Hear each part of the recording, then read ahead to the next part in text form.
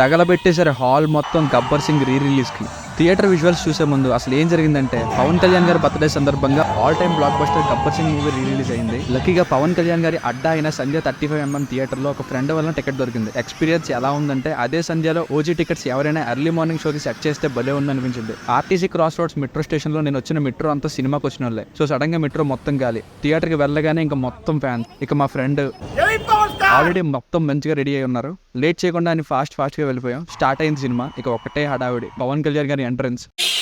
అసలు సీట్లో కూర్చుంటేనే కదా ఎవరైనా. టైటిల్ సాంగ్, శృతి హాసన్ గారి ఎంట్రన్స్, ఇంటర్వెల్, బ్రహ్మానందం గారి అంత్యాక్షరి సీన్, ఇక పీక్ మూమెంట్ కేక సాంగ్. ఇక ఓజీ టీజర్ అని ఫ్యాన్స్ ఎంత అరిచినా వేయలేదు. సినిమా అయ్యాక కూడా వెయిట్ చేశారు. నిజంగా చెప్తున్నా, డిఫరెంట్ ఎక్స్పీరియన్స్ గైస్. అసలు గబ్బర్ సింగ్కే ఎలా ఉంటే ఓజీకి ఎలా ఉంటుందో ఇక ఊహిస్తేనే థ్రిల్లింగ్గా ఉంది. మరిన్ని వీడియోస్ కోసం మన ఛానల్ని సబ్స్క్రైబ్ చేసుకోండి. Thank you.